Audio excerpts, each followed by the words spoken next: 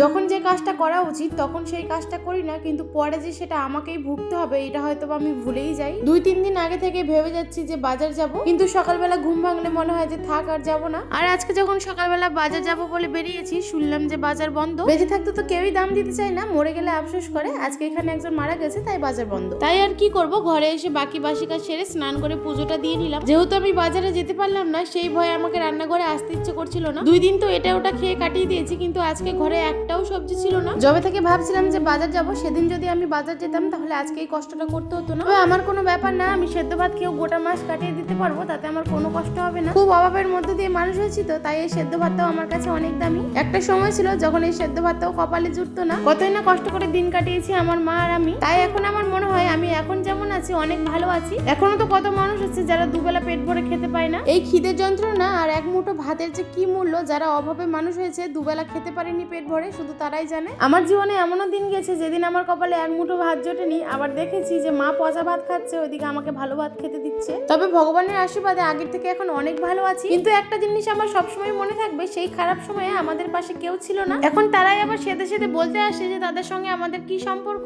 আমি তো সবসময় মনে করি যারা আমাদের খারাপ সময়ে পাশে থাকে তাদের সঙ্গে সম্পর্ক রাখা উচিত। নচেত যতই তোমার কাছের আর রক্তের সম্পর্কে মানুষ হোক না কেন, যারা খারাপ সময়ে মুখ ফিরিয়ে নেয় তাদের সঙ্গে সম্পর্ক রাখা উচিত নয়। কারণ সে যদি তোমার কাছের মানুষ হতো তাহলে তোমার খারাপ সময়ে কখনো মুখ ফিরিয়ে নিত না।